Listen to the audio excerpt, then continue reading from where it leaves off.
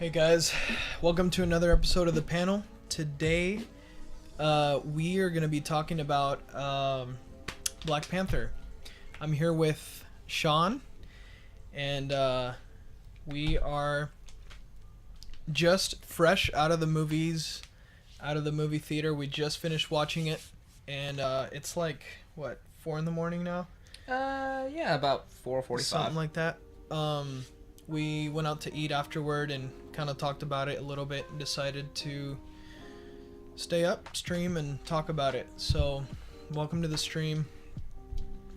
Basically, this movie, let's see, it got a,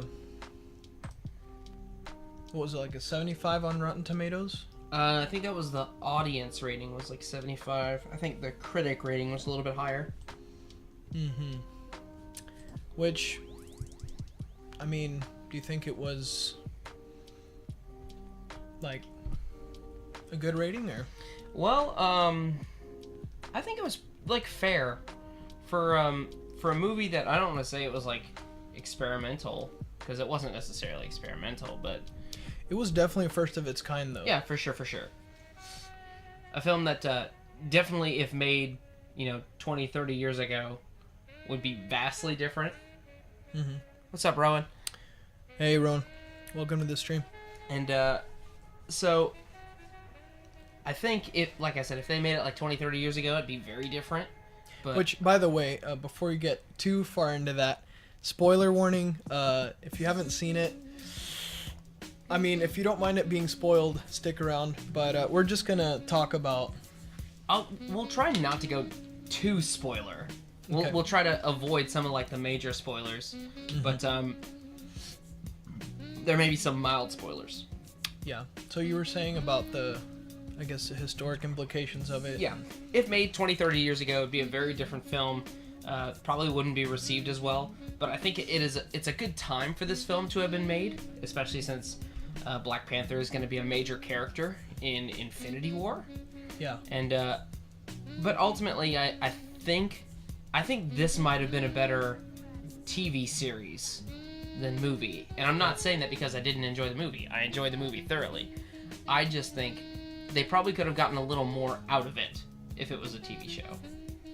Yeah, that's true, because like we were talking with Matt at Denny's, the political landscape of, what was that place called?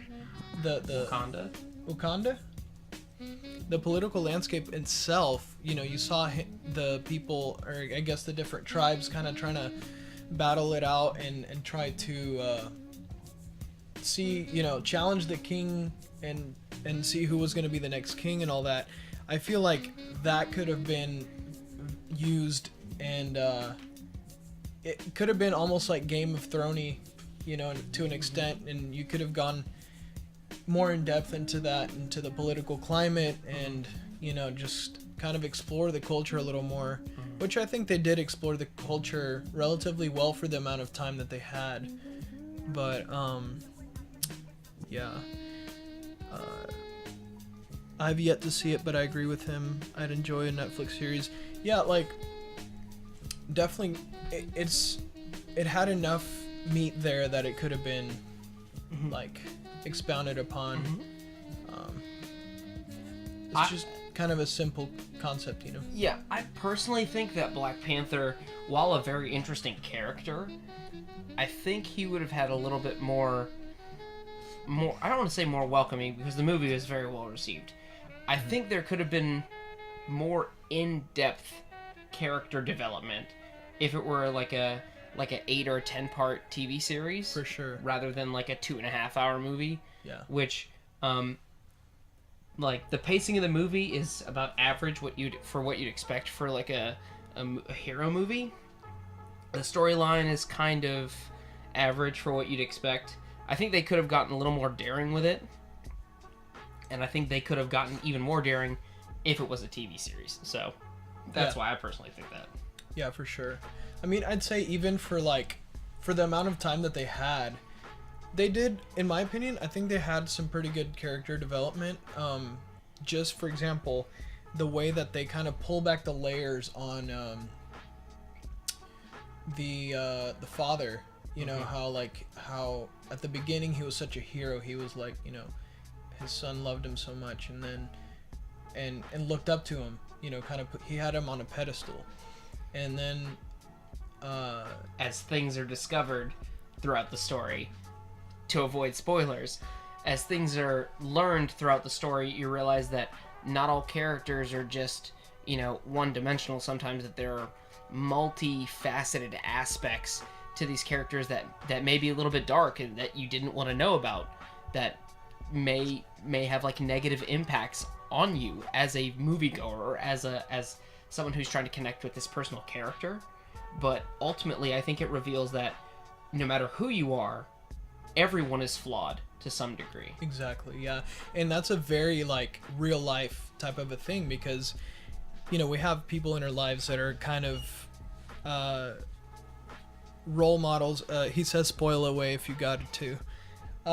We might if need be. If need be. But yeah, I think it's a very in real life a very real life lesson, because I know personally, like, there's people that in my life that I've looked up to, and I've at one point or another kind of deified them a little bit, put them on a pedestal, and you know, just kind of expected more out of them. But at the end of the day, you know, we're all humans, no matter, you know, what our status is or what our leadership role is. We're all human, and we all can fail. And so it was a very sobering realization that, you know, this king that we thought was perfect, you know, actually was flawed and actually had different you know, had a different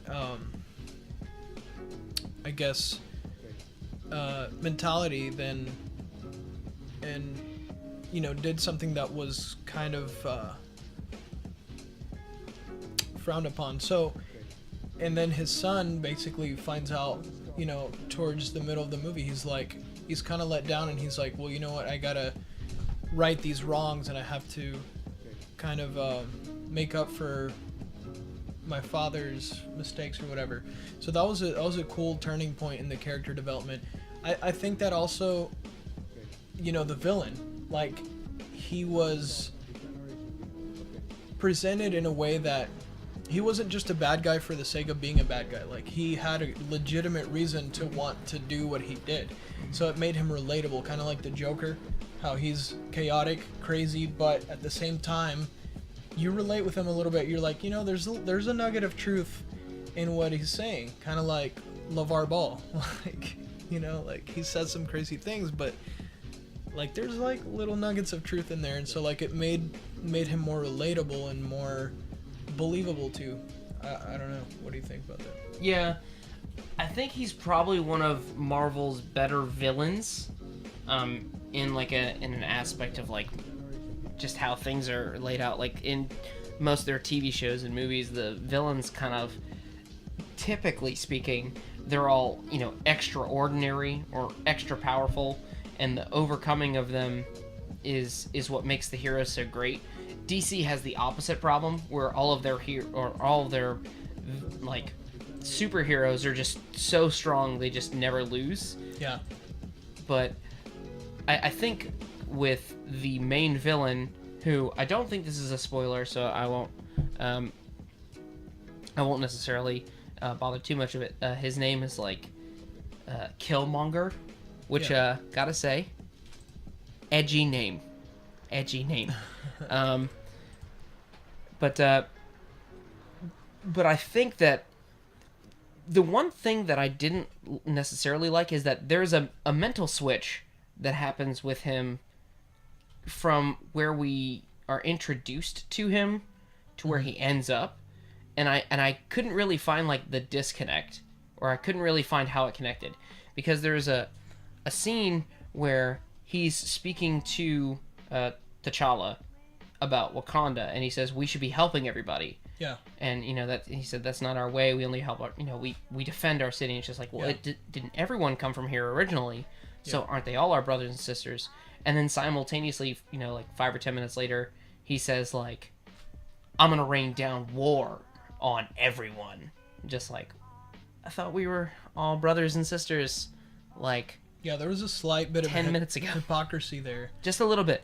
But I think he was. It's like a manipulation tactic. Yeah. Which worked really well. Because at the end of the movie, they actually were like, "Hey, we're gonna help these people, actually not so be self-centered and focused on ourselves, and actually go out and help other people." So, in a sense, they carried out his vision, but except he wanted to carry it out in a, I guess, in a killmongering way. Yeah. Yeah. I mean, I don't know, like, I don't know what he, like, I guess he wanted to do, like, uprisings against tyranny and stuff like that, which, the thing about a good villain is, villains always are doing the right thing in their own mind. So he's trying to bring about social reform or whatever, but he's doing it from the standpoint of, we're going to take it by force, we're going to declare war on all these factions and do all these things. And so I guess, like, it's one of those things where, like, do the end justify the means? Yeah, does the end justify the means?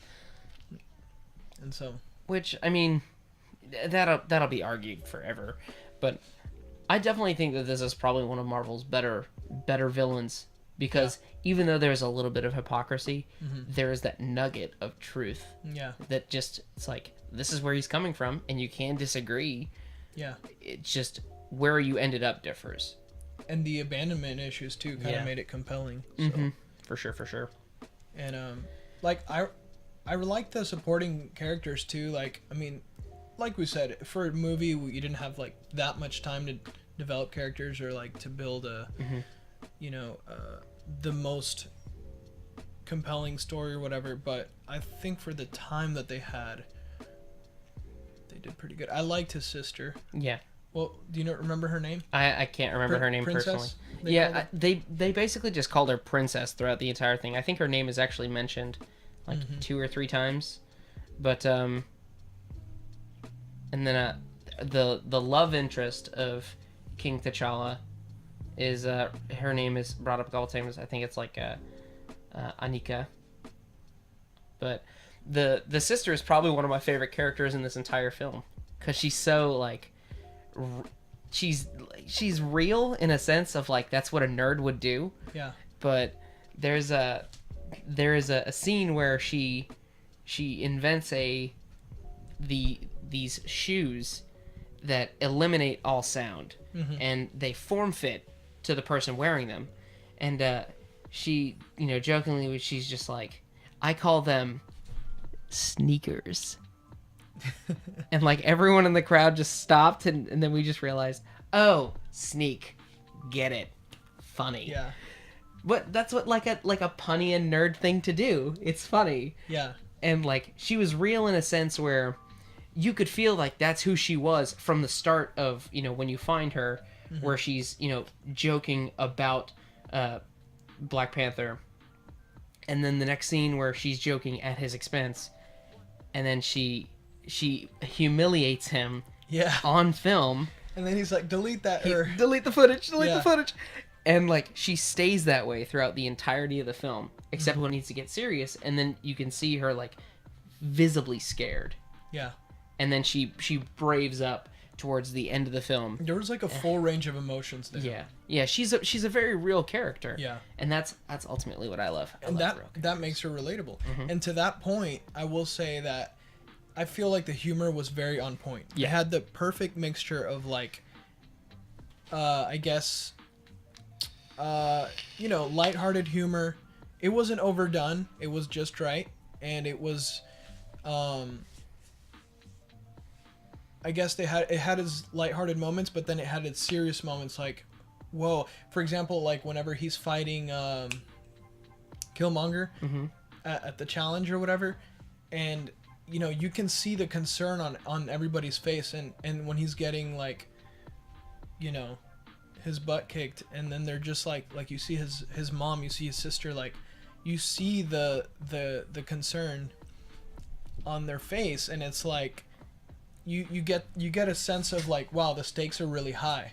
It's not just like, this isn't like a small thing.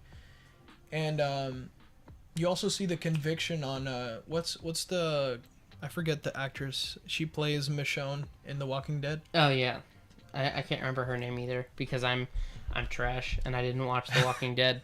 So But she, like, you can just see the conviction on her, on like the acting was very good, I feel. All the actors were very good. And like I said, the humor was good. It was like, it had a perfect balance of emotions, I feel. Yeah. So I think one of the like the funniest jokes in the film comes at a moment where you don't expect it. Yeah. Where like Black Panther is making this like epic speech, and they're at like a rival tribe's house. Essentially, they're in his realm, and you know he's giving this grand speech, and meanwhile the leader of that tribe is just sitting at his throne, and you don't see him at all during the entire scene. And then like right as it's about to reach its peak, he just goes, "Are you done yet? You done? Can we move forward? Are you done now?" Yeah. And it instantly cuts everything. It just everyone stares at him just like, "Oh, that's right. We're in your house." Yeah. That guy was really funny. What's that other part where he what does he say, like, I'm vegetarian? No. Oh, he's he looks at the one of the very like the CIA agent in the film. Yeah. And he's white, and he starts talking, and they all start like barking at him essentially to like intimidate him. And he says, "We don't allow people like you to speak here. If you utter one more word, I'll feed you to my men." And he cuts dead silent, and he just goes, "I'm kidding. We're vegetarians." Yeah. And but the guy is just like, yeah. Like, they completely just trolled him. Like, I feel like that guy was there, like, I mean, it was pretty cool at the end how he, like, fought with him and stuff. But, like, throughout the whole movie, he was just so out of his element the whole movie. yeah. Which was interesting. As far as action, I thought the action was it had its really good moments. The action scenes weren't necessarily like too long or too short. I wouldn't say it was cheesy. I wouldn't say hardcore, but I'd say about what you would expect for like a PG-13 comic book movie. Yeah, I mean, it had its edgy moments at times, like whenever that chick got shot in the head, and I mean, it wasn't like, I wouldn't say it was gory, like it wasn't super hardcore, but it wasn't super cheesy. Like it wasn't, like it was convincing. Like it wasn't to where you watch it and you're like, really? Like it wasn't like the Force Awakens type. Yeah. Like action. Yeah, and there was in one of the very first scenes, there's like a combat ritual, and it's for basically to say like, this is who is going to be king. If you want to challenge him, do it. And you know, 3 of the 5 tribes say, you know, we yield. We're not going to challenge.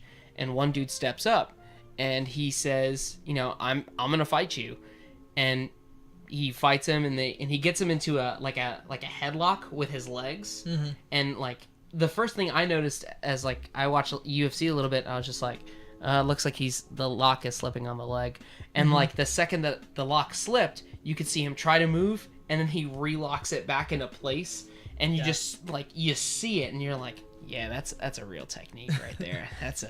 That's a real thing right there. Yeah. But no, it was pretty good. It was there was good attention to detail. Yeah, there was good attention to detail. I mean, I'd say even for like not just the fighting, because like I heard a lot of other people reviewing this movie, and they said the action sequences weren't very good. The only thing that I would agree on is there was kind of like a lot of CGI at some points, but I thought the action, I guess the choreography was pretty, like, it was good. Like, I don't know what, it wasn't bad. I mean, I've seen better, but it was definitely good choreography, good fighting. It was believable. Like, it wasn't so over the top like some of the other Marvel movies, like what is it, like the first Avengers, like, to where it's so over the top that you're just like, okay, wow, like aliens coming through, you know, the atmosphere. Like, no, it had a very real, very grounded sense of reality, and that's something that I really appreciate in movies, even in video games. Like, to me, that's huge. Whenever a video game is kind of a little off topic, but whenever something is grounded in reality, it makes it more believable. It makes it compelling. It makes it like it makes me buy into the story, buy into the world, buy into the lore. That's why personally, like, I like more realistic type games. Like, I like Skyrim, like stuff like that.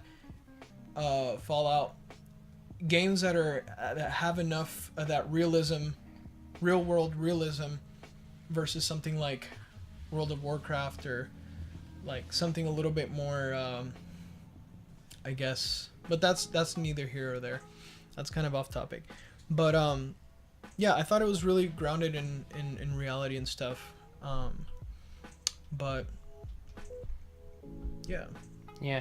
I as far as like some of the other things, like the special effects go for like the movie, I think the suits were very well done. Like both of the Black Panther suits, actually 3 of the Black Panther suits, because they show off the previous kings, Black Panther himself, and obviously in the promotional footage, the villain also has a Black Panther suit, and that is explained in the film. I didn't think... I mean, obviously some of the CGI was really heavy-handed, like with Claw in the earlier scenes of the film. Yeah. But I think other than that, I mean, everything that needed to be CG was CG. Everything that, like, could have been kept real, for the most part, was. Like, there are scenes where the Black Panther suit is just that. It is a physical suit, not like a CGI suit. Yeah. But, like, obviously during some of the action scenes where they're doing absolutely ludicrous things, clearly that has to be CGI, right?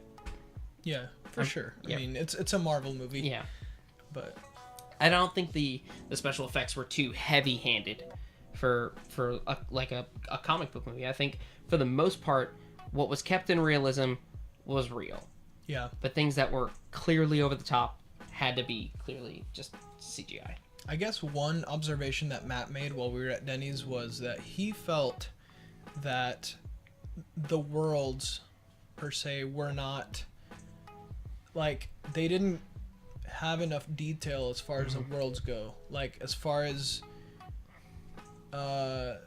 presenting, like, he wasn't blown away by the visuals too much. Yeah. Which I guess he expected more from like a very advanced technological society. I don't know. That, and with all of the emphasis being on, you know, some of the hype for this film, obviously the emphasis was on that this is a primarily black film, and it was just that.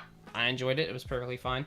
I think they could have done a little bit more to show off, like, not necessarily just like the hierarchy of Wakanda, but I think they also could have shown like there are scenes where they kind of walk around like almost like an urban area with like people in the streets, you know, people, you know, grilling food in the streets, selling things, having like a little market. Yeah. I think that's another reason why it could have been a TV series, because all of that stuff could have been shown off way more, other than just seeing like maybe 2 or 3 scenes with it.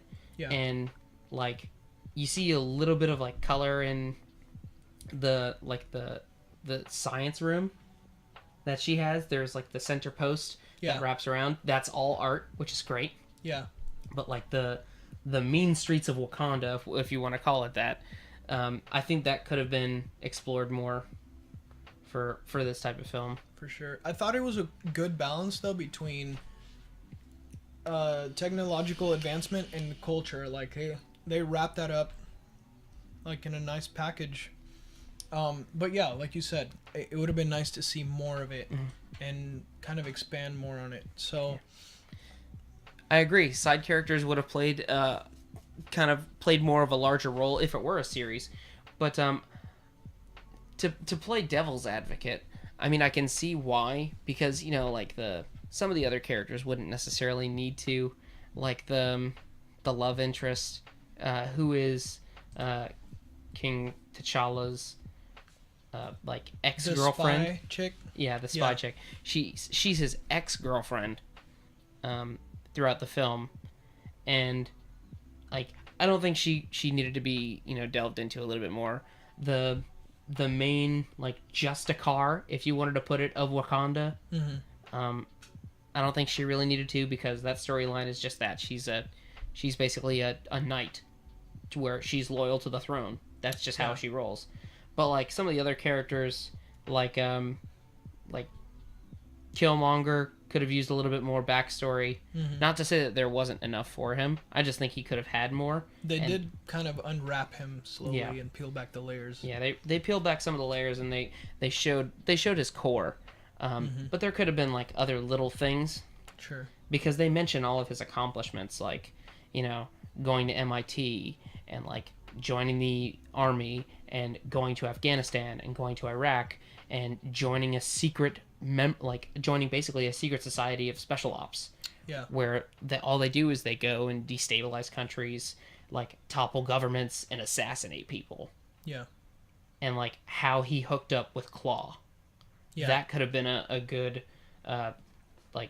good point for a series. Do you think they'll ever make like a prequel to that, or like a kind of like a standalone for that, or more than likely not? No. But I mean, with how this film ended, I don't think that they will. No, I don't think so. Him turning on what's that guy's name? The kind of crazed guy. Claw? Is that him? So that whole turning, like, I did not really see that coming too much. Like, I thought they were gonna work together till the end. That was a little bit unexpected, but I guess to your point, the side characters, they could have been like, I don't know. You know what kind of vibes I got from like whenever they were having those council meetings, like episode 1. Yeah. Like, Padme Amidala full makeup, or Keira Knightley or whoever. Like, that's why I say like the political climate could just be like its own series. So, I don't know. Yeah, and I think some of the politics in this movie could have been a little bit more explored. I don't think the other tribes were given too much of like their own like individual screen time. Well, they only showed one other tribe, right? On screen? On screen, they showed all of them, right? Because they had to have everyone there for the challenge. But only one of the other real tribes was in the actual film itself for the majority, and that was the Rhino clan. The Rhino? Oh, yeah. Yeah. Oh, yeah, the soundtrack is absolutely great. I'm probably going to go home and purchase that soundtrack. It was just so good. Yeah, it kind of had like this motive. I forget it now, but when I was in the theater, I was kind of like humming along to it. And I liked the villain Killmonger. I liked his theme because it was kind of like mixing African vibey music with kind of like modern hip hop. I thought that was a really, really cool blend of cultures, because I mean, obviously, like African American culture is called African American because they have African roots. So it's like, it was cool to see those two come together and just kind of like you kind of see like what it is now in the United States, and then you see where it all started. And they made references to like, like, should I talk about like the end, or it depends on how deep you want to go into the end.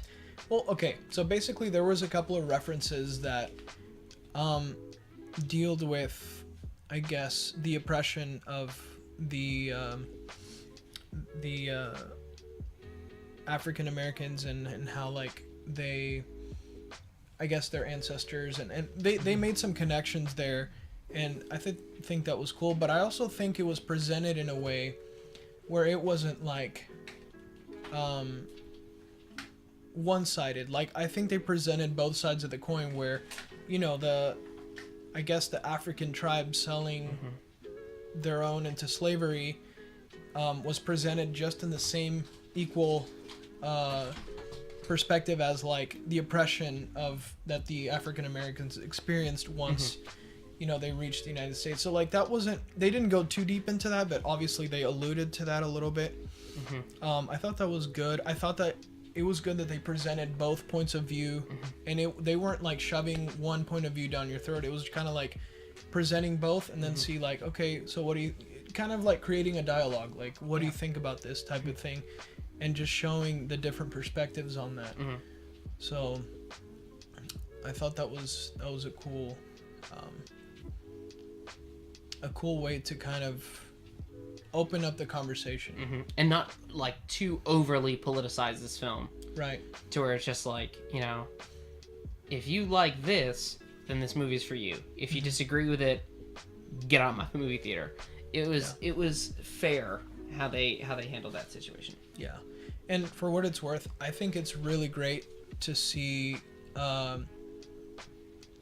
mostly all black cast, and just to see like a superhero movie like that. It's refreshing. I mean, obviously it's historically, like we had Blade in the past, and Blade was cool, but like, this is such a culturally rich movie, just based on the African culture, and it was cool to like dive deep into that. And because usually like you'll have some side characters or whatever, but we had the main character, we had the supporting cast, just the full culture. We got a full sense of the culture. So I thought that was like a really good departure from the norm.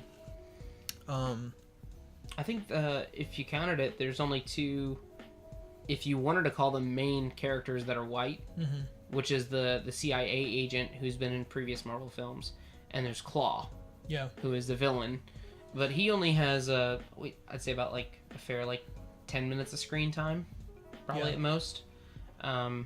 CIA agent probably has about that much as well. More so towards the end, with his contribution to the final part of this movie. But yeah, I actually kind of enjoyed the fact that it didn't necessarily like whitewash this film. As much as I joked around and like, when they made Falcon black, I was like, that's cool, that's great. And they made Johnny Storm black. I was like, okay, that's cool. And someone joked around and they're like, okay, so when are they gonna make Black Panther white? And I was like, that's a little far, because in the story there is a character that is referenced in the Black Panther universe by the name of the White Wolf. And there are certain hints towards the very end of the film that character may be making an appearance, possibly in the future. Which, if you do go see the film, there are two end scene, like end credit scenes. One is about the way through the first major part of the credits, where they kind of just put people's names up on screen in like big letters, like the main actors and directors and stuff. And then it has one, and then it goes through the rest of like sound crew, lighting crew, AVD, and it goes through all like key grips and Motion Picture of America, and then it fades to black, and then the second scene happens, which they bring up a familiar face that we've seen in other Marvel movies. And I think it'll be a good little entry into the Black Panther universe before Infinity War.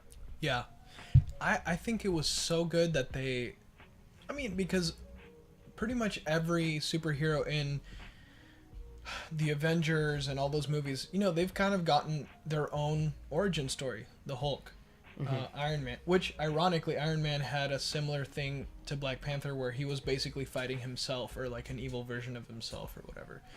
But you have the Hulk, the Hulk had so many origin stories. The Hulk was kind of like rebooted, kind of like Spider-Man was, to where it's just like a bunch of times.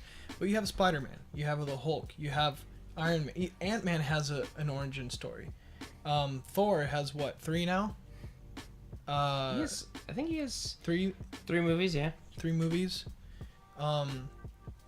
Guardians of the Galaxy 3.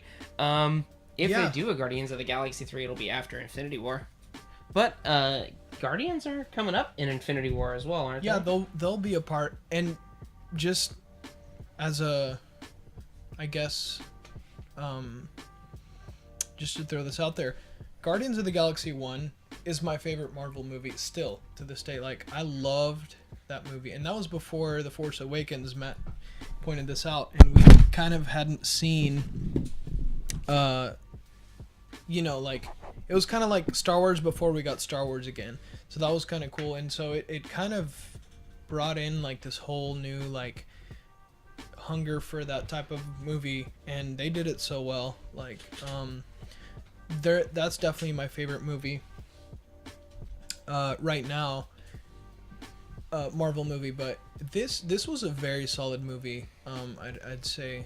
But I guess what I was saying is that every Marvel here has gotten their own, I guess, origin story, and so I think it was very important to create a compelling story, it was important for the Black Panther's role in the Infinity War. So in the next movie that's the Infinity War, now we have a much more developed character entering that scene, and so whenever we have a backstory for each character, we know their struggles. We know what they've been through. See, that's the genius that Marvel is kind of doing right now. Is like they're capitalizing on this, and DC really missed so many opportunities with this. But like, we need an Aquaman movie already. 100%. I mean, Wonder Woman did good. That was so good. We have a couple of good movies on the DC side, but Marvel's just capitalizing on this really well. And so what it does is when you know someone's struggles, someone's, what they've been through, they're much more of a, you're emotionally attached to them versus someone like, if Black Panther wouldn't have had an origin story, they just kind of throw him in there. Well, you're not that attached to him. If he dies, it's like, so what, And so it creates, it makes the stakes higher, and it creates more of an attachment to the character. So it just, overall, like, now you're going to have people going to see Infinity War to watch Black Panther because they got invested in him. They got into the character. And then you have the same, people that like Spider-Man, people that like Thor, all these characters. It's such a genius idea. I mean, and the Justice League is coming, but at this point, DC's kind of playing catch up. So I mean, the Justice League, I've made my thoughts very clear on that. I basically hate most of the DC movies because every single one that involves a particular character ends up being boring. You can say it. It's Superman. Superman is trash. I'm not a big Superman fan either. Tell us why. Superman is a deus ex machina. You put him in any story, he's instantly the answer to everything. Yeah. Like, the only time that Superman was not a deus ex machina is, like, when he's a kid and he's still, like, learning to control his powers.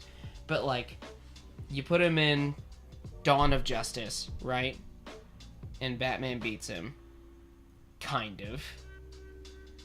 And then they bring him back in Justice League. If you haven't seen it already, I'm not ruining anything for you. They can't do it without him. It's so dumb.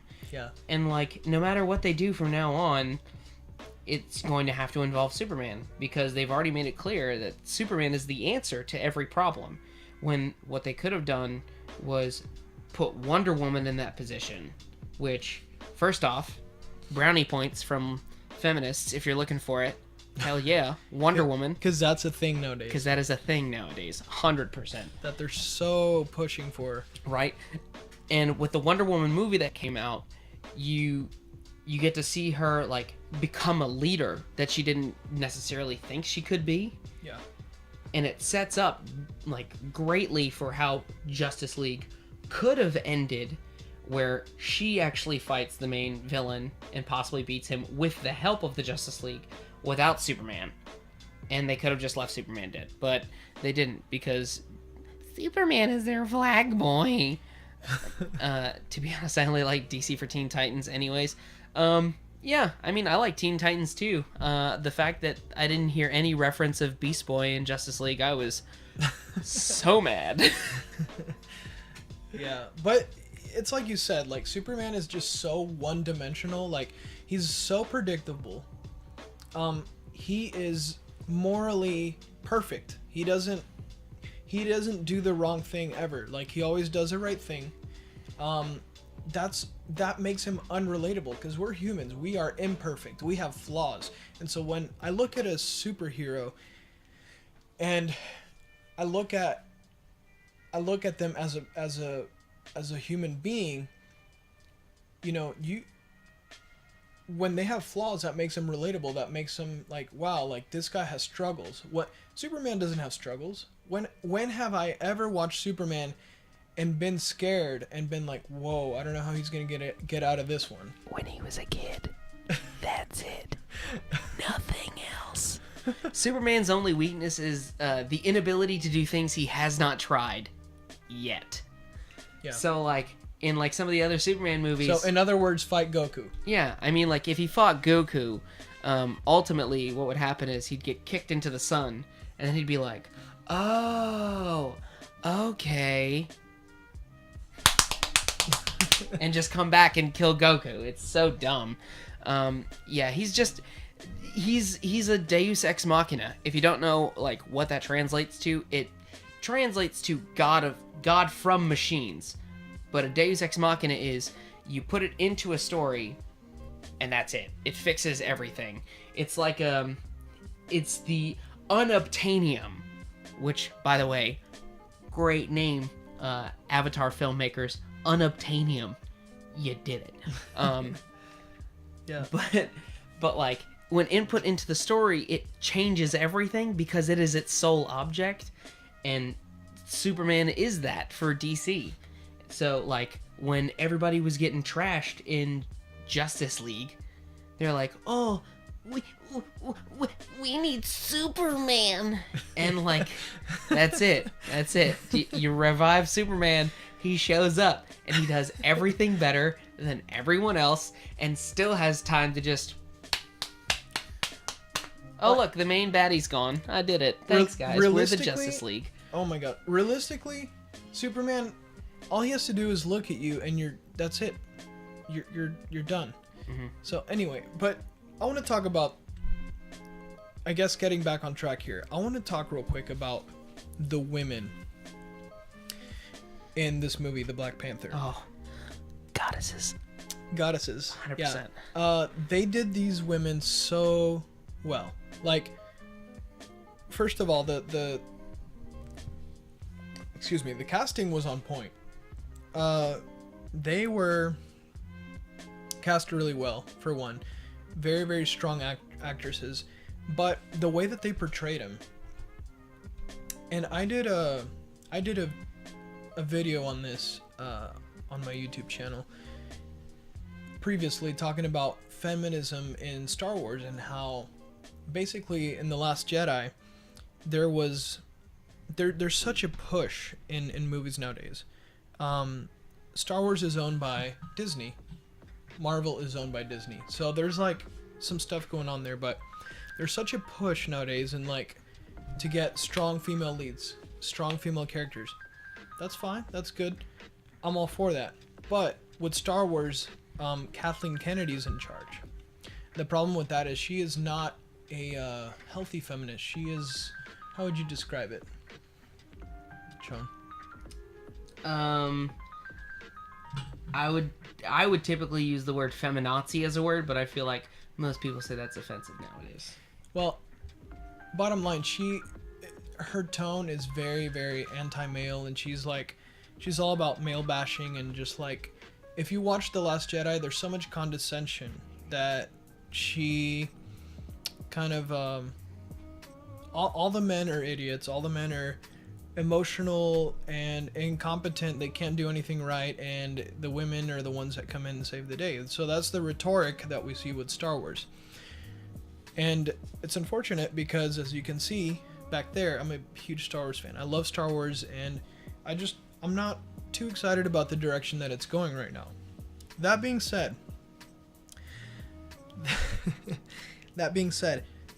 this movie did women right because it wasn't. How can I say this? It was the perfect balance. They showed strong women with good leadership skills, with individual personalities. Yes, and women that helped the men. Kind of like when they lost their way. The women would come in and be like, be that good encouragement, that moral compass. That strength, and there was such a feminine strength mixed with feminine grace. There was a lot of it was just really well balanced, and it wasn't women trying to bash men, it wasn't men trying to bash women. It was just a good symbiotic, healthy, functional relationship of a good portrayal of what the relationship between a man and a woman should be, or men and women should be. They did it so well. It was perfect. I mean, it was, like I said, the women were graceful, they were strong, they were powerful, they were,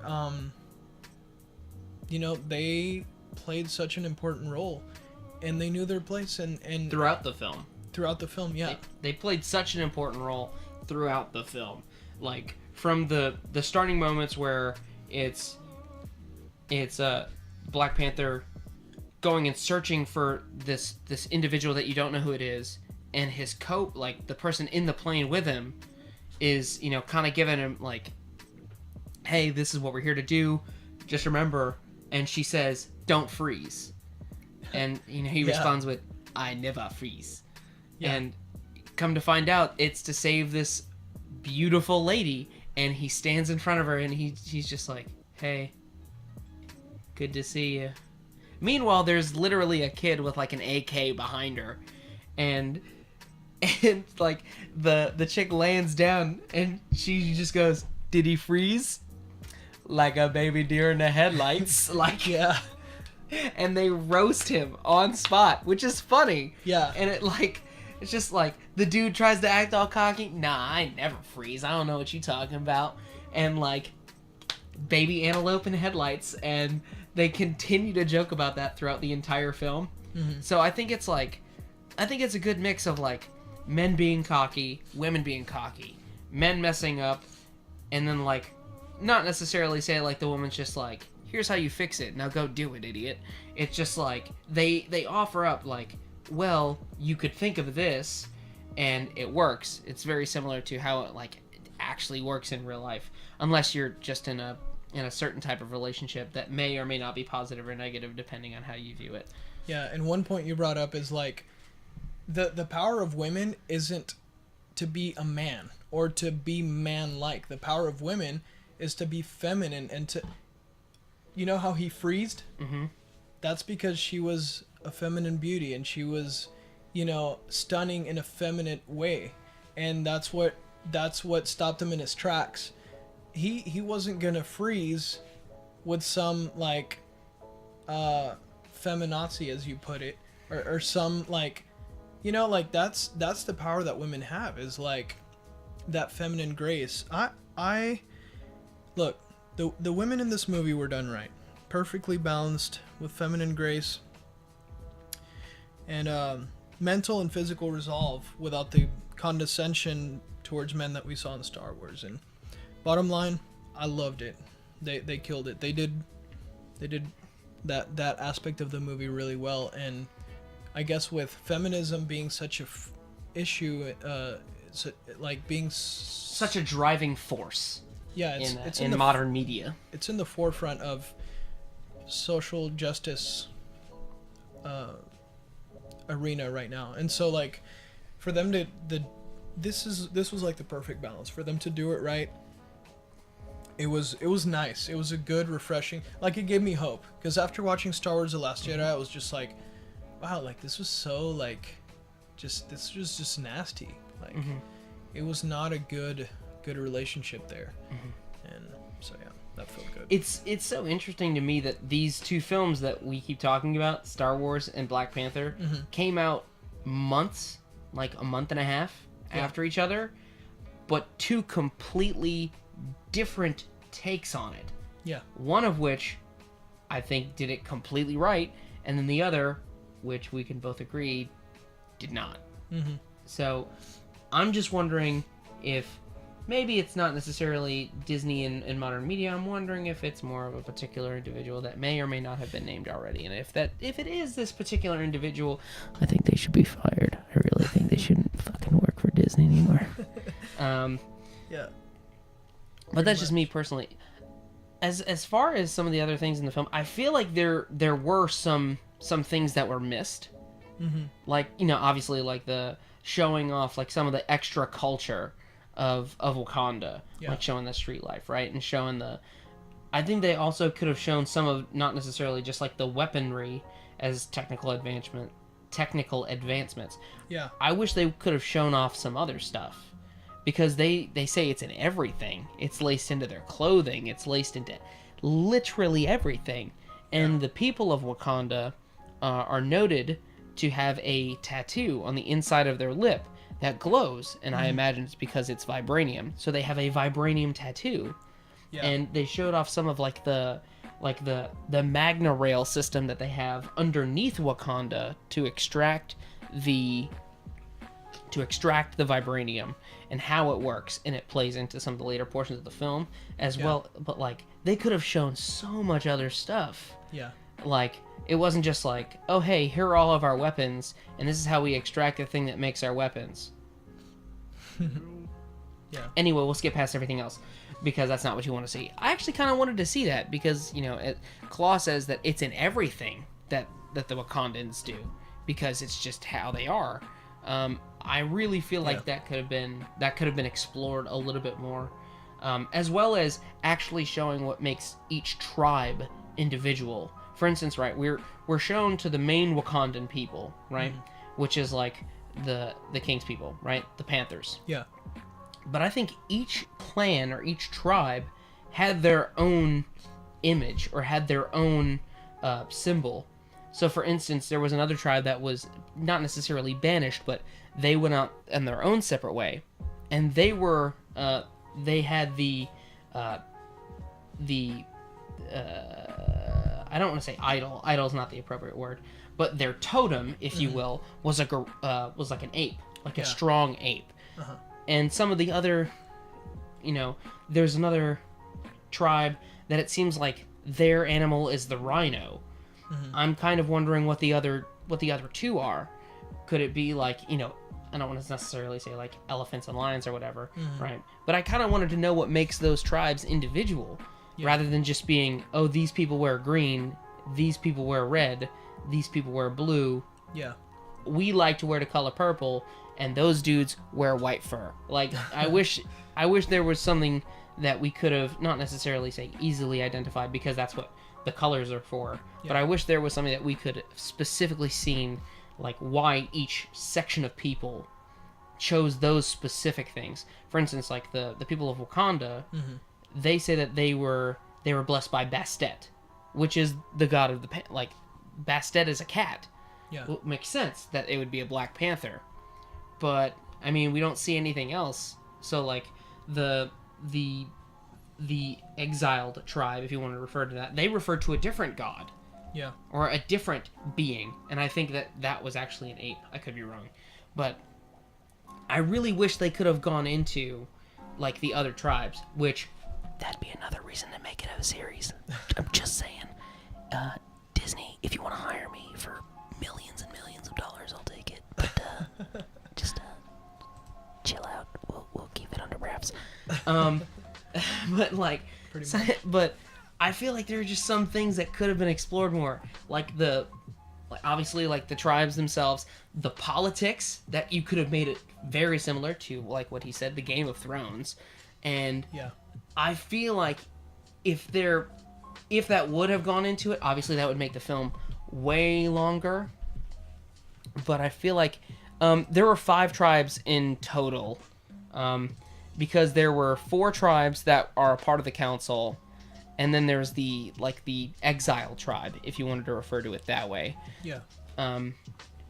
The exiled people, they still reside in Wakanda, the country, but they don't reside in the city of Wakanda, or the capital of Wakanda. Yeah. But they just kind of exist in the mountains. And it's very cold, desolate. It's hard to survive because they don't have the thriving economy and the thriving infrastructure as the main city of Wakanda does, because all of the other 4 tribes have banded together to do things while they have kind of gone off on their own way. Yeah. Yeah. There were 5 tribes, right? Yeah, 5 tribes in total. Is that including the Black Panther? Yeah. The main city of Wakanda, right? And then there's the 3 others. There's green, red, and blue. And then there's the white gorilla fur. White gorilla fur. Yeah. Like, they showed up, and the dude was wearing an ape mask, and they live up in the mountains, and they wear fur, and it's white because it's, covered in snow. Yeah. And that was the theme for them. It was their color, to say the least, I guess. Yeah, I guess that would. Yeah, you have a point. Like, that would have been cool, but then again, it's a 3 hour long movie. 2.5 hours. 2.5. So, you can only do so much, but we can only expect. There has to be a Black Panther 2.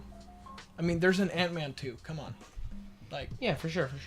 And I think this movie is such a big hit too. Like, what's the reception like? The box office is like, last time I heard it was like 23 million. Yeah, something like that. Within the first night or the first. It was like 23.2 million on Thursday alone. So this movie is very well received, and I think there was a certain level of hype to it, which granted. With people saying like this is basically like the first all-black hero film, and it technically was, I guess, if you wanted to put it that way, other than like the minor characters that were mentioned, and one that was not mentioned because we don't want to make any spoilers. True. And there is reference to a character who is a separate entity, but I feel like they may be integrating him. Or like combining him with someone who we've already seen in the Marvel franchise, and that's all I'm gonna say. But ultimately, I think the hype was fairly well deserved, to some extent. However, for people saying like, oh, since this is a mostly black film, people, white people should wait, until black people have had time to see it. I think that's utterly ridiculous. Wait, who said that? Oh, that's Twitter. I'm on Twitter all the time. I'm just a horrible person on Twitter. I just lurk and but let's see, who directed Black Panther? Yeah, because I heard the director. I'm looking it up right now because the director did Creed. Ryan Coogler, that's his name. Mm-hmm. He directed Creed, and he's been working with Michael B. Jordan since Creed, and he also directed what was that other movie? Let's just look on Wikipedia here. He directed Creed and the other works and future projects. There's this movie, the Fruitvale Station. Mm-hmm. I haven't seen that movie, but apparently, from what people are saying, like, this first movie, Fruitvale Station, 2013, and then the Creed movie, the Creed movie was pretty well received too. Mm-hmm. So like he's gotten pretty good I guess cred. But this is a crazy jump for him if you think about it, because Creed was big, but like going from that was his second movie, his big feature film. His second feature film. And then after that, going to a Marvel superhero movie like you got to think of how crazy that budget is. Dude, think about this. Forrest Whitaker was not only in a Star Wars movie, he was also in a Marvel movie. Paul Gullet will know the truth. No lie is safe. Dude, Forrest Whitaker, dude, he's raking in that Disney money. Dude, yeah. Dude, he has got some Disney dollars saved up, my dude. Hey, maybe he'll get enough to like fix that eye. There are so many wonky eyes in this film. Oh my god. Yeah, there is. Like him and then his dad or whatever. King T'Chaka. Yeah. There's a couple of other ones, but no, I feel like if he fixed his eye, he wouldn't be Forrest Whitaker anymore. Like, No. I wouldn't go watch him. I wouldn't go to a movie. Like, I go to the movie to watch that lazy eye. Like, that just makes him, you know? It's like, you get, like, he owns it, and it's great. But no, I love him in the Rogue One, where he's just like, A crazy dude. have you come here to kill me? Like, it's so great. Like, I love his character, but he fully embraced that role. Dude, what is it with Forrest Whitaker and instantly dying in every, like, Disney film he's in? Dude, Think about it. Like, Rogue One shows up on screen, like 10 minutes in total. Capped. Done. Shows up. Black Panther, right? lazy eye or nothing. Lazy eye or nothing. Yeah, right? 100% agree. He shows up in Black Panther, has like 15, 20 minutes of screen time. Capped. Done. Out. Dude, Disney just hates Forrest Whitaker. I think we stepped into spoiler territory, but you know, at this point, you've been warned, so it's all right. But you know, That's like a minor spoiler. yeah. I mean, he's not like It is a driving force. It is a driving force in the film. Yeah. I liked, you know, as far as like some of the, like the cinematography and like choreography. The choreography for the fight scenes is absolutely great, but the cinematography, I feel like some of it was a little cheesy. Really. Like there is a metaphorical and physical fall from grace for Black Panther, which is, I mean, as someone who like writes and like makes stories and like it's kind of, that's kind of heavy-handed. That's like someone saying like you know, like you're playing Uno, right, and you got one card left and the buddy in front of you is just like, I gotta draw 4 for you, and you're like, yeah, I know you do. I'm gonna play the draw 4 on you. I'm like, yeah, I know you are. I hope you like drawing these 4 cards. And just like, thanks, dude. And then he plays the draw 4, and you're like, yeah, that was a lot of build-up for something I already knew was gonna happen. So, I mean, granted, they were like fighting at the top of a waterfall or Yeah. whatever, Yeah, but yeah. I mean, I like here's one thing about villains is like villains always take way too long to kill the good guy. Mhm. Look, he had him down. He started talking. Why do you gotta start talking? Just kill him. I mean, like, I don't want him to kill Black Panther, but are we talking about the first fight scene or the second? well, both. If you think about it, Well, the first ritual fight scene didn't really have too much. not too much. talk. Mostly the second one. I'm just saying, like, as a general statement, villains. Why do you talk? Just don't talk. Look, Well, for you the- got him down. The good guy is defeated. Just shut up and shoot him or hit him or whatever the killing blow. Why do you gotta talk? But I mean, obviously, the good guy needs time to recover and needs like whatever. But like, But I understand it why they did it for like the second fight scene in the movie, or the second fight scene that you're referring to in the movie, is because it's a showboat, right? He's not only asserting his dominance over who everyone believes is the rightful king. yeah, He's showing them the failure of this lineage, right? He's showing them like, because he basically outs the family for being a traitor, in an essence. He then shows off and he says like this is who you call your king. This is the guy who you let fail you. this is him, and then he just kind of ends the fight right there. And we apologize for technical difficulties at the moment. However, one webcam seems to be the issue. Yeah, I thought it was called for at the same time. Like, it's not that he had to, like, be super dramatic about it. And, I'm gonna fix this camera real quick. Hold on one second.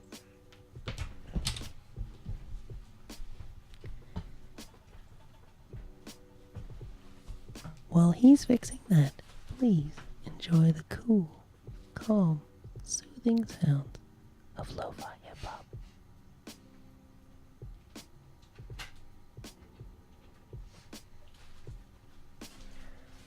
Is that better?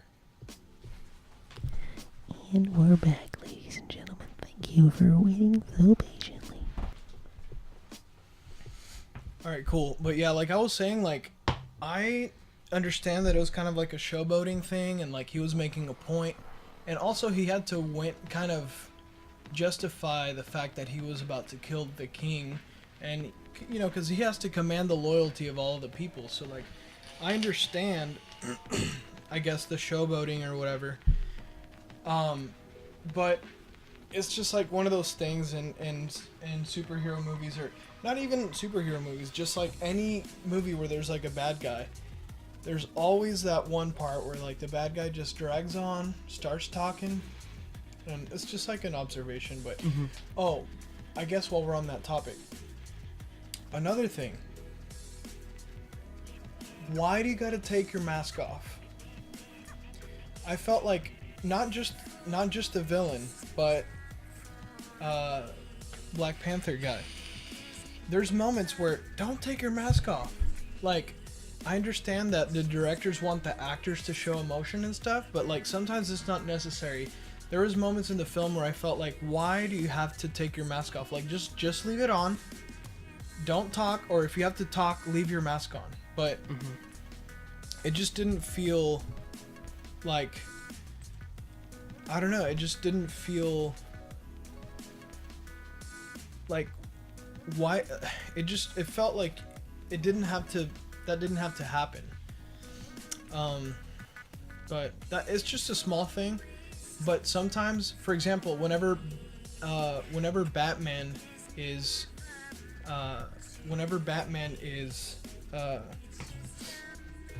you know, he's like fighting or whatever, when he's in fighting mode, he never stops to take his mask off, and that's what makes Batman cool. You know what I mean? Like, that's what makes him like super it just adds to the dramatic effect, you know what I mean? Yeah, I can definitely see that. But I understand as well, because the mask isn't necessarily, you know, to prove that it's him, because as we see in the film, that there's technology that specifically means that like anybody can necessarily wear this armor, but he wanted to prove that it was him, and he's, you know, that's why he took off the mask, and he showboated, and he's just like, I'm still here, I didn't yield, and I'm not dead. Yeah. So the fight must continue, rather than just saying like, you know, here's a Black Panther standing before you, I'm the real Black Panther, hear me roar, you know, that kind of thing. Yeah, like, I guess a good example would be, it would be like whenever, what's his name, Black Panther, whenever he comes back and reveals himself, like that he's alive, I wouldn't have taken the mask off. You know what I mean? I would have kept it on. I wouldn't have said anything. Just the dread of seeing a quote-unquote dead guy, you know, come back from the dead. Like, to me, that's enough to just be like, whoa. Like, I don't think he even needed to say anything. Like, I don't know. That's kind of nitpicking, but I feel like in some moments, I just feel like they took their mask on and off too much. Like, I understand there's moments where you can do it, where you need to talk, or you need to say something, or you need to emphasize something. Like the train scene? Like the train scene, like you know, that I can understand that. But I don't know. I just think they did it too much. I could agree. But I could agree with that. it just, like, to me personally, it just kind of deducted a little bit. It took away from the dramatic effect, or from the there's always like Darth Vader. Let me put that example. Darth Vader never once, well, he does take his mask off, but you only see the back of his head. Well, he takes it off like at the very, very end of episode 6, but Darth Vader throughout the whole saga never takes his mask off, but he's this commanding presence, and you kind of always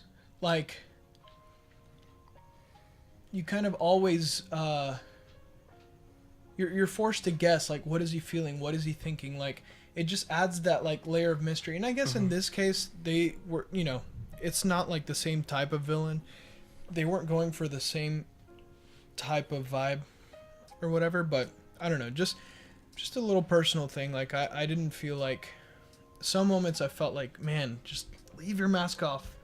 You know, if you gotta talk, leave it on. Like, do the Batman voice if you need to. But Do the Bane voice. You think the Black Panther was your ally? You merely adopted it. I was born in it, molded by it. yeah, pretty much. It does have an intimidation effect as well. However, I don't really think it works as an intimidation factor when it's the primary. Well, I mean, for Darth Vader, I could see your point, right? It's an intimidation factor. But in this particular film, the main character, the main protagonist, and the antagonist of the film clearly are not intimidated by each other. They are 100% certain that I'm gonna kill you, or I'm gonna beat you. Yeah. So there's no intimidation needed there. So I can see why they could take their mask off and, like, just kind of show, like, their realism. Like, no, I could beat you without the full suit on. Yeah. And that kind of is a driving force at the very end of the film. Dude, speaking of intimidation and all that, you know what I thought was a boss move? Like, personally, like, one of the parts I really enjoyed was whenever Remember for spoilers. Huh? Remember for spoilers. Well, okay. So there's this one part. I'm just gonna be a little vague about it, but whenever Killmonger or whatever, the main villain, challenges our protagonist, and our protagonist, like, doesn't even flinch. He's just like, bring it. Like, he's just like, I accept the challenge. Like, there was no hesitation. There was no fear. You know, because a lot of times even our heroes in their humanity, they still, like, you still like sense dread, and you still have, like, a sense of holy crap, like, I need to get my bearings together. And, like, you see them kind of like, whoa. But no, he was just like, let's go. And I thought that was pretty boss. But it was portrayed well. Like, I think it fit the part. Like, it wasn't done to like in a Superman way where, like, he's invulnerable. Like, you knew deep down inside, like, wow, the stakes are high, but he didn't show it. Right? Like, he manned up. Like, Yeah, that was cool. and in each of the fight scenes, spoiler alert, in each of the fight scenes, like the ceremonial fight scenes, Black Panther is stripped of his power. Like, they force him to remove it. That was really cool. And, like, no, you're gonna fight me man to man. Yeah. Like, we're not gonna have any kind of, like, like, weird combat here, where you're also given the Black Panther power. No, they're just like, no, you're gonna fight man to man. You're gonna fight him one on one. There's a part of me that, like, because I'm gonna try not to remember when they head to the specific location and they offer a character the power, essentially. There is a part of me that wanted, like, to have them, like, show up in a back room, just like, well, we already kind of got it, but you know, we've been using it silently, but just chill out there, fam. Don't Twitch, do not punish us. Like, a part of me wanted to see that, and it's just like, and they're like, no, he's in the back. It's just like, man, I wanted it so bad. Another reason I don't want to spoil it too much is because this is going to be on the VODs, and I know that people go back and they watch VODs of preview streams, so I don't want to. Hey, I don't want to. however, we did warn. We did warn, but you know that there's going to be at least one person who complains anyway. The way I see it, at that point, it's on them. Yeah, I mean that's the way I see it too. But then they're gonna bitch about it, complain about it. So I try to avoid that. Now, so as far as like, because we've kind of discussed like the hype and the reception of the film, some of the missed opportunities, the social issues and politics of the film, special effects, character development, and the story itself. What would you say as like your final thoughts for the film, or like your rating for the film? Well, I thought it was definitely a very, very, very solid movie. I really enjoyed it. It was definitely a breath of fresh air. Like I said, it was a departure from like the traditional Marvel films. I feel like most of the Marvel films, except for maybe Guardians of the Galaxy, have like this certain humor that they use and like this certain tone. Like Thor, Iron Man, like all those guys, like even Spider-Man, like there's just this tone that they have. This one was a complete departure from that, and just like its own entity, its own thing, and it just felt so good. It was a very solid story, very solid character development.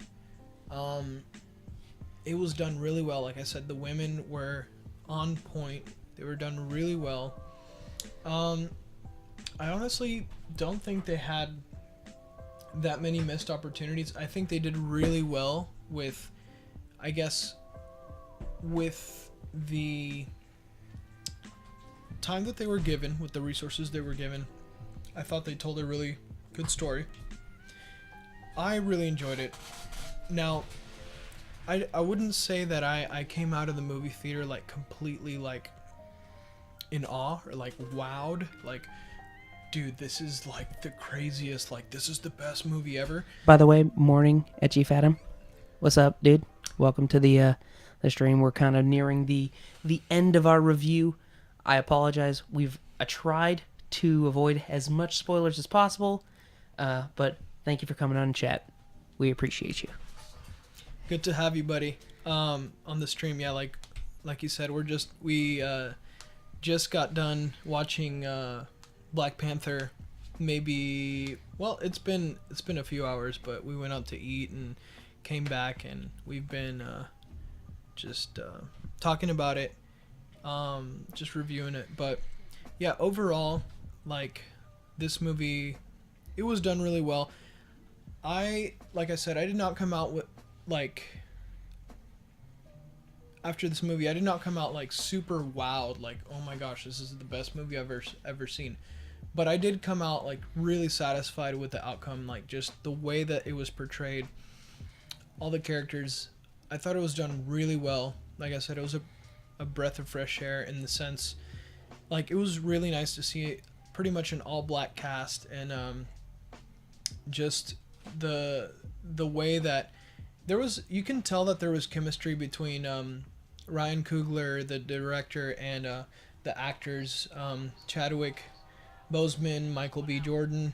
I mean, it was cast really well, and there was a lot of chemistry, not just between the director and the actors, but between the actors. Like, you could tell that they were genuinely enjoying each other and vibing with each other, like just playing off of each other's energy. So it was really good in that sense. And I think Rotten Tomatoes gave it, what, like a 97? Something like that. And we appreciate, even though you're not in superhero movies, we haven't really even been nerding out that hard. We nerd out a little bit, but we've been more discussing like the character development, social issues and stuff in the story. Political climate, yeah, that. In the story itself. So even if you aren't necessarily like a fan of superhero movies, I think you could go and see this, and I mean, it's hard to get away from like the whole superhero thing, but at the same time, there's enough humanity in it to where you can go in it as a non-superhero movie fan and just watch it and enjoy the movie and enjoy it for what it is, and you can still get a lot out of it, I think, right? Mm-hmm. So, yeah, I mean, definitely like, I don't know about a 97%. I think that's a little bit of an exaggeration on Rotten Tomatoes' part. I think the general, there's like a score that Rotten Tomato gives it, and then there's like a public score. Mhm. The public score was like 90 or 75, something like that. From something like that. What is it right now? It's the tomato meter reads at 97%, while the audience, I think it was something like 75%. Okay. I mean, I think that's a fair assessment. I think that's a pretty accurate. I wouldn't say the 97% is accurate, but the 90 or the 75 definitely is accurate. Maybe I'd bump it up to like an 80, to even if I was generous, an 85. I wouldn't go much further than that. Like I said, it was a really solid movie. It had some really good characters, good story, but I wouldn't say it's a 97. I think that's it's almost like the critics are almost pushing too hard to like make this movie like, something more than what it is. I think like I have zero complaints about this movie, and but I think that a solid 80, 85 maybe for me. That's what I feel that it deserves. What about you? I'll answer that here in a second. Rowan, Gabe appreciates the fact that you checked out his music and really like Haste the Day. You should, definitely. Oh, thanks, man. He's all cool with it. As far as like how I viewed the film, I'd probably say I'd probably give it a little bit higher than an 80. I'd probably go with like close to like an 85 out of 100. I definitely wouldn't say 95. I mean, because clearly there are some things that could have been done better. Like more exploration of the area of Wakanda, and more imagery of what the city is like, because that's ultimately the whole drive, is that the reason that they have the Black Panther is because of this city. Yeah. And yeah, I'd probably give it closer to like an 85 rather than like a 95, but I also would give it a little bit more than what the audience is going. But one of the things that I saw, that one of the top commenters on Rotten Tomatoes says, ultimately this movie is more interesting to think about than it is to watch, which, I mean, to each their own. I'll let that person think what they want. I think it was good to watch. I appreciated it. I think it's good to think about. It's going to provide me with little mental snacks to think about throughout the week. Seems like a fair rating. IMO something like 97 should be almost unreachable. I completely agree with you, by the way. Yeah. It almost feels like the critics were paid a little bit, I don't want to like they're too biased. I don't want to say paid or biased, but the one thing that I would say is, I'm on Twitter all the time, and I saw a tweet, and I know that this can't be applied to like everything, right? It's no way. But someone said if you gave this movie a negative review, you're racist on Twitter. And like, there's a part of me that's just like, wow, that's really funny. No one would ever take that seriously. And then there's a part of me that's just like, today is really liberal. I think that may be taken just a little bit serious. But like, and yeah. I don't think that's the sole reason. I think that there are critics who looked at this film and thought this is a great break from the norm. Yeah. And they reviewed it to what they thought accordingly. And I think the audience that went in and they rated it like a 75, maybe they didn't get everything that they wanted out of this particular film. Yeah. Or maybe there's a whole just bunch of salty people on the internet. Yeah, you got to understand too, there's people out there that are racists and that are totally against it, and they're just trying to, there's always the trolls, and there's always the people that are trying to, make the ratings lower than it is. But on the flip side, I feel like there's on the extreme left, people that are so concerned about not being racist that it comes across as racist, because it's almost like they're trying to make up for something, and like, So there's I don't know. It's like there's like a Like the white people on Twitter who are asking when it was an appropriate time for them to go see the film. tell me about that. Oh my god, it's So so what happened exactly? It's so tragic. There are people on Twitter, and I'll reference this. That people on Twitter. I'm a horrible human being. That's why I'm on Twitter. So I will let everybody else who's on Twitter and think of a reason why they're on Twitter. But there was a legitimate tweet from like a college professor asking their black students when it was acceptable for white people to go see the film, because they wanted to make sure that the black people could enjoy it first, since this is a movie for and by black people. Wow. Like, to me, that just screams like I'm racist and I just want to hide it so desperately, you know?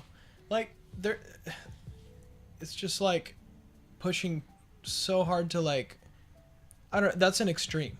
And to me, anytime there's an extreme, you're either trying to make up for something or you're just flat out like racist. Or you know what I mean? So, Yeah. And Etchy says, guess it depends on which aspects you rate the movie, but being almost perfect in all aspects seems unlikely. Yes, I agree. Yeah. I don't think that there's ever been a perfect movie. I don't think there ever will be a perfect movie. I think the highest we could rate like any movie. I was about to ask you, like, if there was a movie that is closest to that pinnacle, God, what would it be? For you.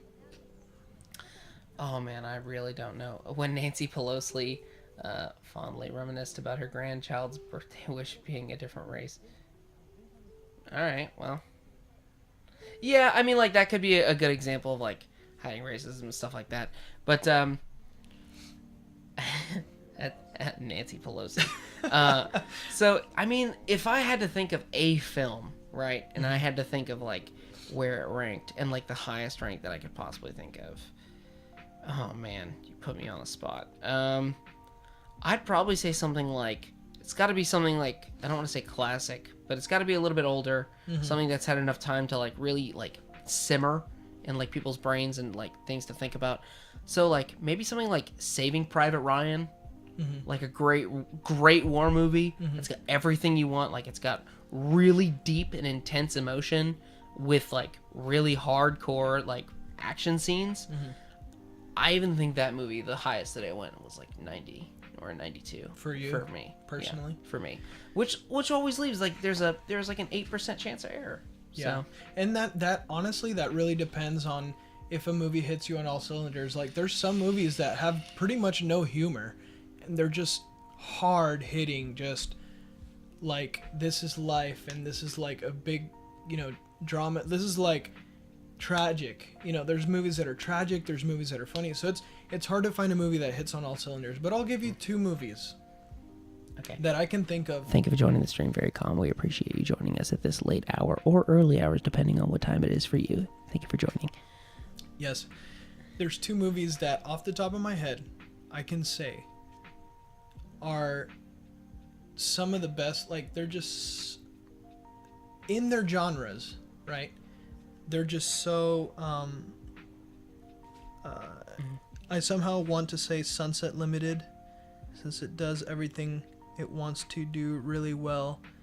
That or Waking Life. I can't say that I have seen either of those films. However, I might go home and watch them because I don't have anything to do technically today, because I'm a filthy neckbeard on the internet and I can just do nothing.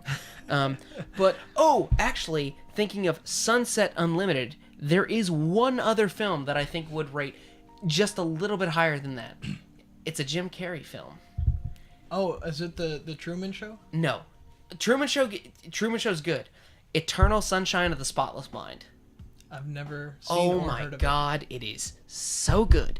It is about this character who looks to erase a particular person from their memory, which apparently in this particular story they have the actual technology to do that. And it's because of like a horrible breakup that he had with that particular person. And when he a horror movie fanatic, I can get down with a good horror movie now and then, but he goes through and he attempts to like delete them from his memory, but like as they go through it, you actually have to relive each of those memories. And like halfway through, he basically has this realization that even though it's pain, he still wants it to be there. And so it's like him fighting against it's like a part of himself. Yeah, it's a part of him, and it's a great film. It's more mental than anything else, and it's really surreal. I don't want to say it's got the chick who played Ramona Flowers, but the female character in that particular. Oh man, I feel like her name is like Winona Ryder. I think that may be the actress. Alter memories, but the rest of society seems basically unaffected.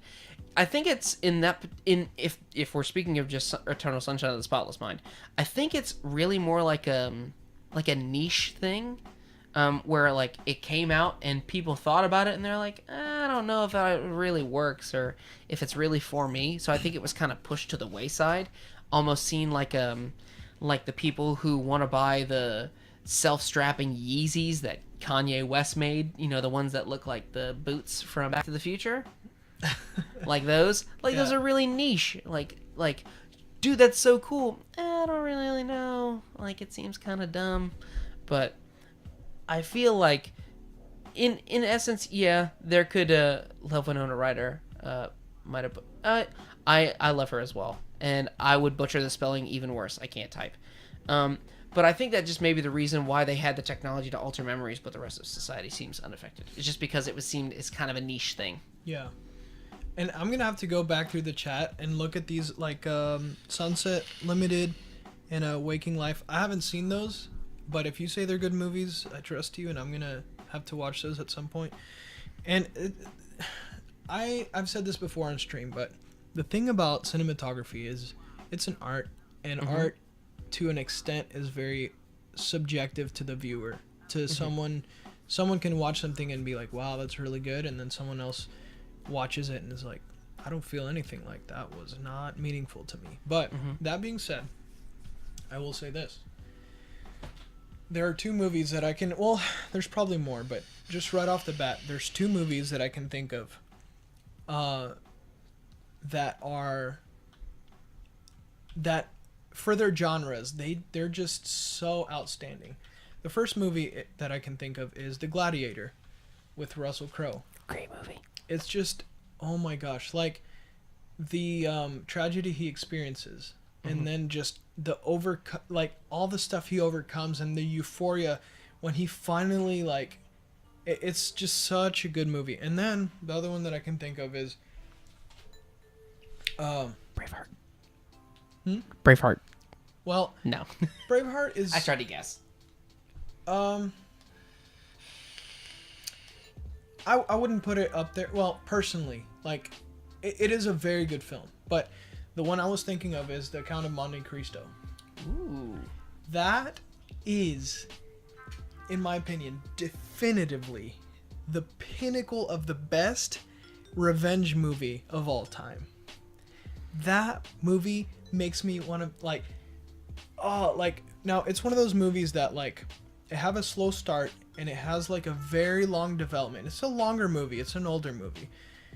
But man, if you sit through the whole thing, you just soak it in, and you feel that euphoria when he finally gets that revenge, and that movie, man, I want to watch it again. But Waking Life is definitely a worthwhile watch. I'm definitely gonna watch it, probably today.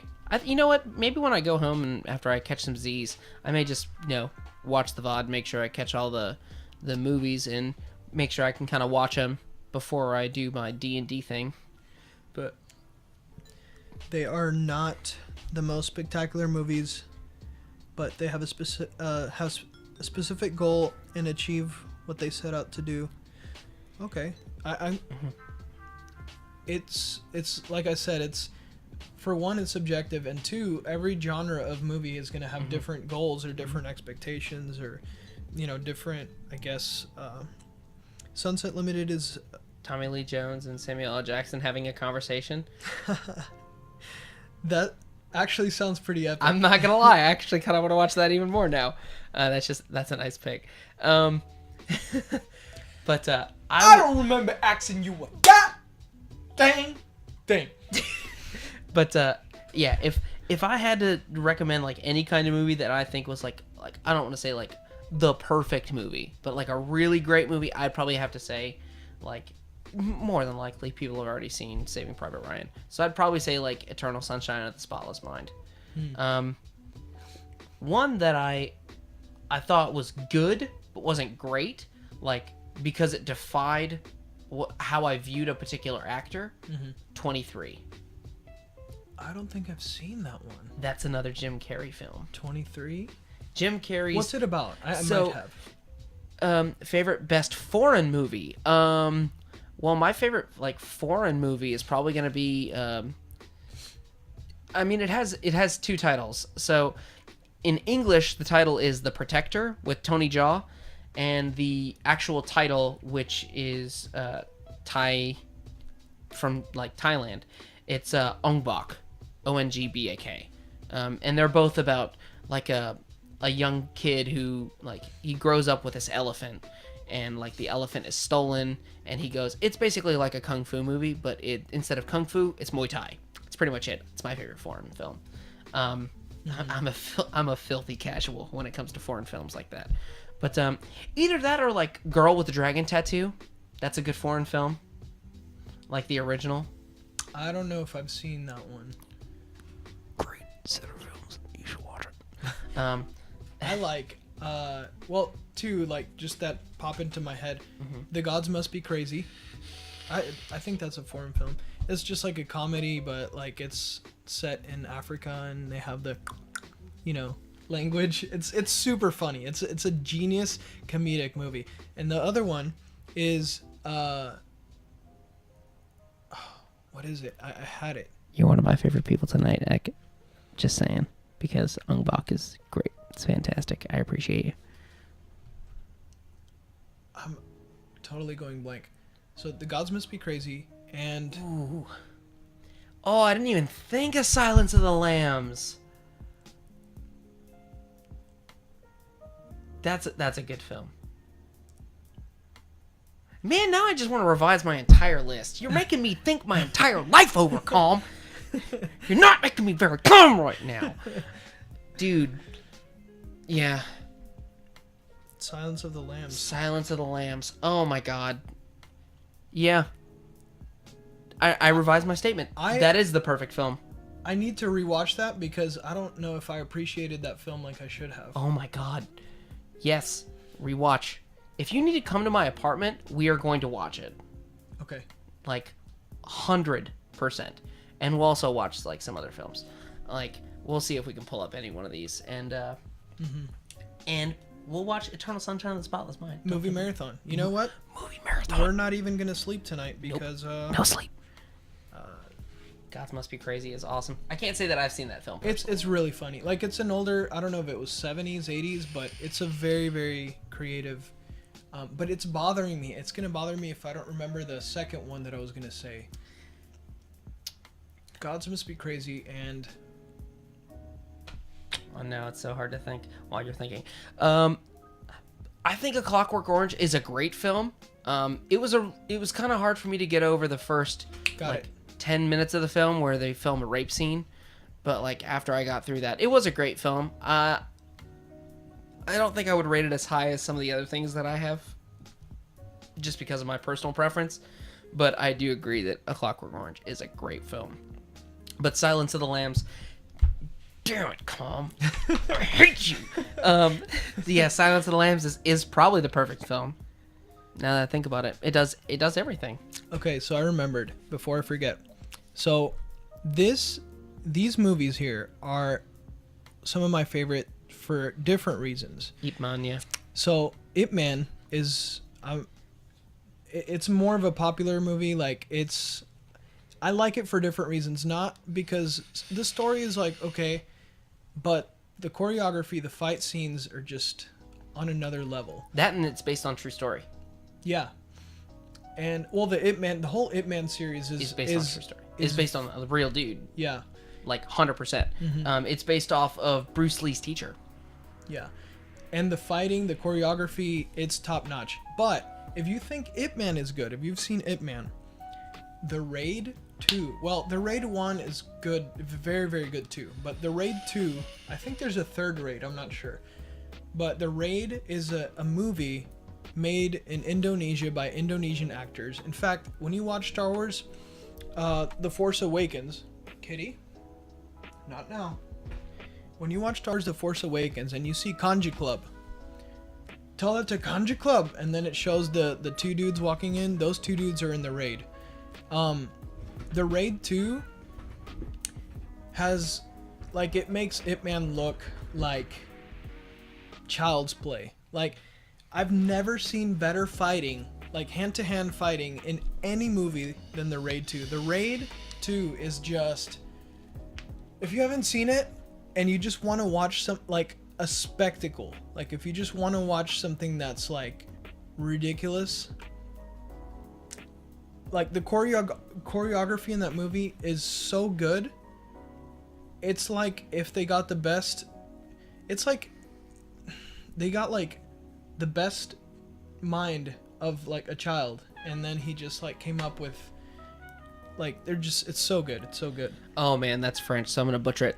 La Haine is my favorite foreign film. Not sure if it's available in English, but the title would be translated to The Hate. It's about youth riots in Paris. Okay. I feel like that may be like a movie I watch later on. I just add movies to the things I need to see. Like Matt Pop does like TV shows, I do movies. Mm-hmm. I'm just a cinephile. There's so many movies to, like, There's just too many movies. They're all so good. Never seen it. Sounds cliche. My favorite action film is The Matrix. The Matrix was a great. Classic. Great for its time. Clockwork Orange is definitely in my top 10 movies of all time. The music and how it's edited is so good. I can appreciate good music.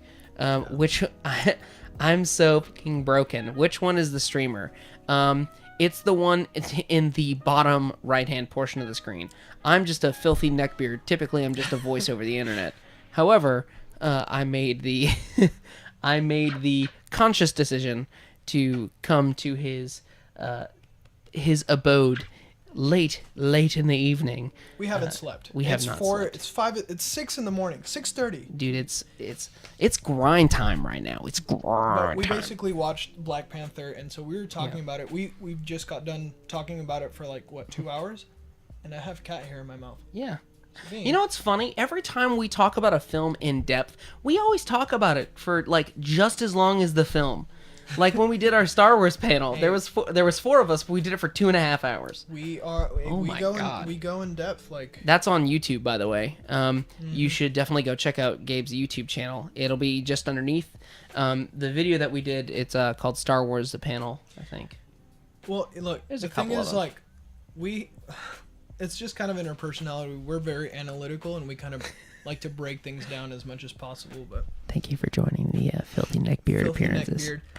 I Yeah. appreciate it. You see, here's the thing. I just can't grow facial hair, so every time that I say I'm a filthy neckbeard, I can't even grow facial hair. So I'm missing the quintessential neckbeard of being a filthy neckbeard. You're a neckbeard at heart. I'm a neckbeard at heart. There we go. Metaphorically. I'm a living meme. That's how I put it. Yeah. But man, I'm so fucking broken. That's a great name, dude. I gotta say.